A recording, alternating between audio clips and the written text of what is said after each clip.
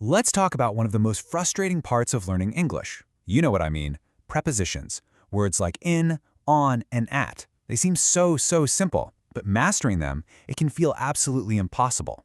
It's what I call the preposition paradox, and today we're going to crack it wide open.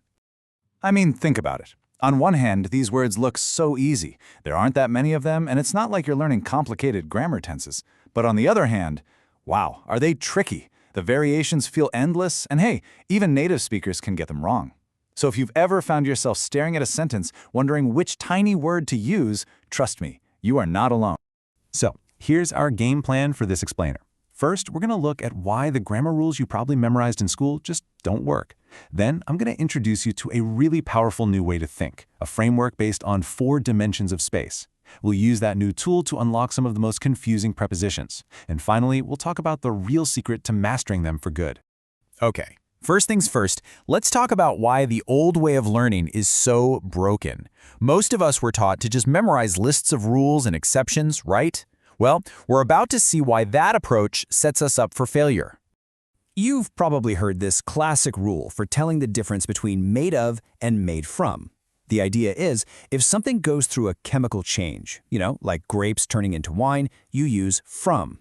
If it's just a physical change, like wood getting carved into a chair, you use of. Seems pretty logical, right? Well, let's kick the tires on this rule a little bit. Does it actually hold up when we look at how people really speak and write?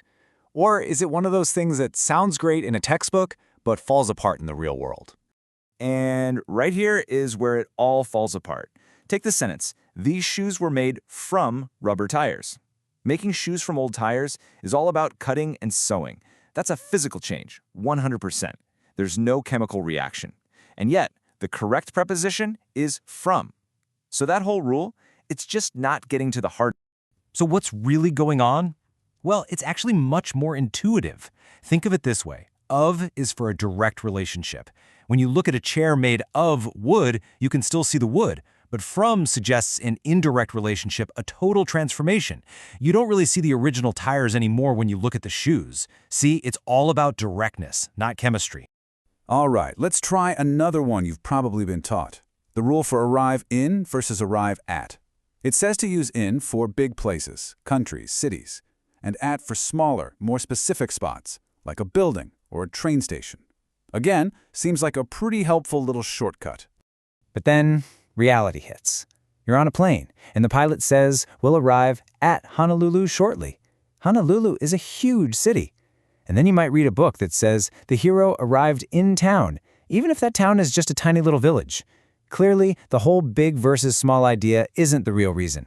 That rule is just plain wrong.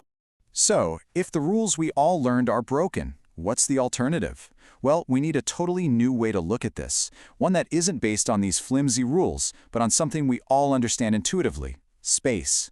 Let's dive into a framework built on 4 simple spatial dimensions. These 4 concepts are all we need. Point, line, plane, and body. Instead of memorizing dozens and dozens of random rules for every single situation, we can start to understand prepositions by just asking a simple question. Which of these 4 dimensions are we talking about right now? First up, we have the point. This is exactly what it sounds like, a specific location, like a single dot on a map. So when you say, "Let's meet at the railway station," you're not thinking about the entire building. You're just thinking of that one specific meeting spot. That's a point, and that's why we use that. Next up is the line.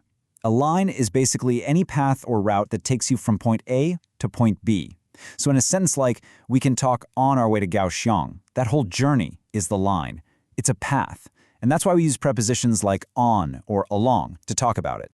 Our third dimension is the plane. This just refers to any flat 2-dimensional surface. And the example here is perfect. When you say there are boats on the lake, you're not thinking about the depth of the water. You're mentally picturing just the surface of the lake, that flat plane, and that's why we use on. And finally, we have the body. A body is any enclosed 3-dimensional space. Now this is cool. Remember how we met at the railway station, treating it as a point? Well, look at this. It's cool in the railway station. Here, we're thinking of the exact same place, but now as a 3D space that you can be inside of. And for these enclosed spaces, we use in. Okay, now for the really fun part. Let's take our new framework, point, line, plane, and body, and use it to solve those confusing problems that the old rules just couldn't handle. This is where you're going to get that aha moment. So let's look at on his way versus in my way. When someone is on his way, what are they doing? They're traveling along a path, right? A line. But if someone is standing in your way, they are physically occupying the three-dimensional space, the body, that you need to pass through. See how the choice between on and in suddenly makes perfect sense? And this brings us back to our arrive in at puzzle. It all clicks into place now. When a plane arrives at Honolulu, Honolulu is just one stop on a long journey. It's being treated as a point on a map. But when our hero arrived in town, he's physically entering the town as an enclosed space, a body. It was never about the size, it's all about perspective. How cool is that? How about throw to versus throw at? Well, to just shows us the direction of movement. Throw the ball to me. Simple. But when you throw a stick at the dog, that dog becomes the target, a specific point that you are aiming for. That's what at does. It carries that intense focus on a specific point. Here's another pair that trips people up. Above and below are just about relative position.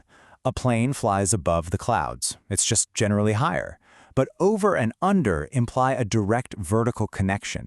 The lamp is over the table and your feet are under it. It's about that fixed, straight-line relationship. Okay, so this framework is a huge step up. It's a game changer because it lets you reason your way through these problems instead of just guessing. But how do you get to the point where you don't even have to think about it? What's the real secret to making it all feel natural?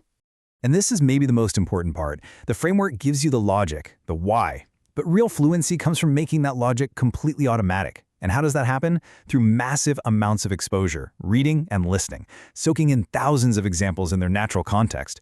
Over time, you won't be consciously thinking, is this a point or a body? You'll just develop this gut feeling, this intuitive sense for what sounds right, because your brain has seen the pattern over and over and over again.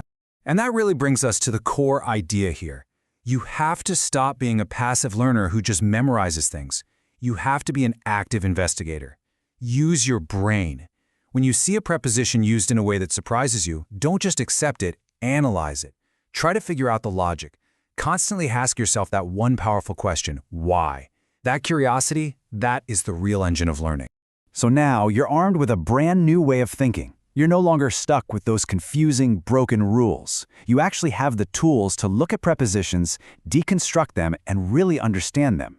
So, my question for you is, which preposition, that one that is always giving you trouble, are you going to start rethinking today?